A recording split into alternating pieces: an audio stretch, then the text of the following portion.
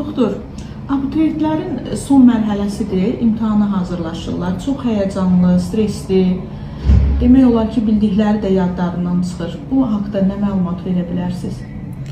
Düzdür, abituriyentlər lazımsız stres keçirdirlər imtahan qabağı və bu da onların konsentrə olunmasını əngəlləyir. Ona görə də təlqin etmək lazımdır ki, ya özlərinə təlqin etsin, yaxud iradələri kifayət qədər deyilsə, yaxınları, eşitdiyi, sözünə qulaq asdığı insanlar tərəfindən təlqin olunmalıdır ki, bu cür addımlar atmaq, şuur altına bu cür həyəcan dolu fikirlər yeritmək düzgün deyil və onlara ancaq mane olur, heç bir köməyi yoxdur.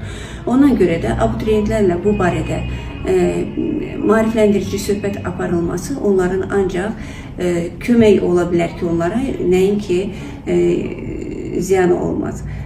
Çox gərəkirsə, yüngül bir sakitləşdirici içə bilərlər, amma yuxu dərmanları, psixotroplar, yaxud hər hansı bir asılıq yaradan dərmana qaçmaq, antidepressanta qaçmaq düzgün fikir deyil.